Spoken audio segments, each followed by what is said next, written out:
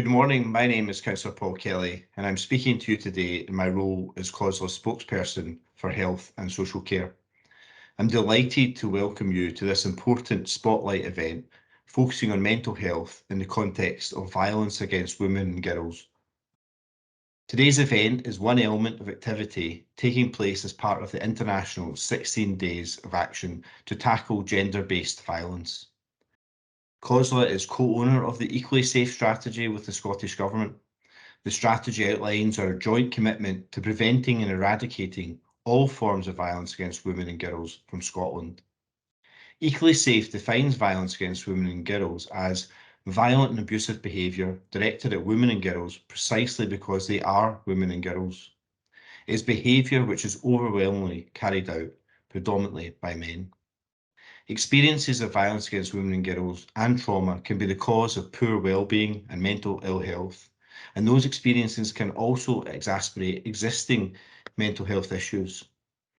Not receiving appropriate support for these issues can be re-traumatizing and deepen mental health issues. Recent evidence indicates that the restrictions in place to control the spread of coronavirus intensified experiences of domestic abuse and coercive control in the home, heightening women and children's vulnerabilities to violence against women and girls.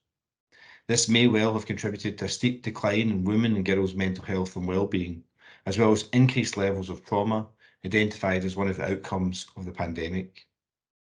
The local government blueprint identified the importance of prioritising a response to gendered impacts of the pandemic and the further impacts on gender equality, well-being and safety of women and children as outcomes of the cost of living crisis calls us to continue that response. As prevalence and intensity of violence against women and girls continues to rise, it is also important to respond to the impact of gender-based violence and abuse experienced by children. There is a wealth of evidence suggesting that children do not have their needs for and rights to love, safety and respect met, and are at a greater risk of experiencing long-term impacts on their mental health.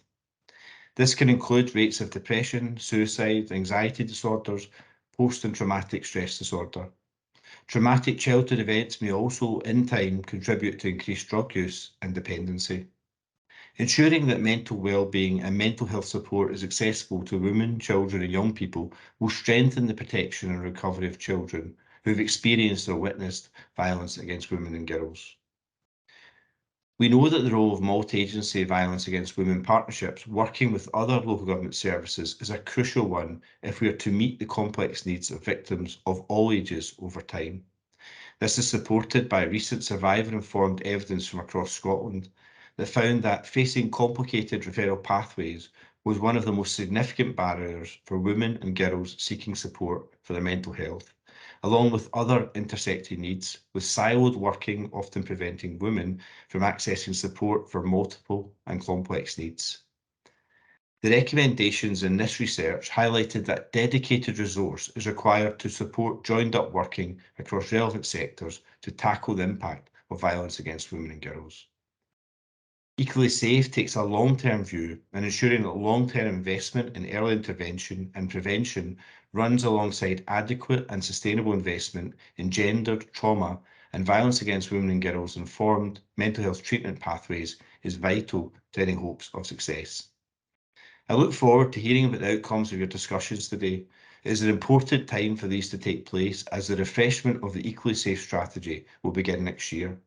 Your expertise, advice and willingness to contribute to Scotland's commitment to preventing and tackling violence against women and girls, supporting victims, empowering survivors and holding perpetrators to account is critical. We cannot do it without you. Thank you.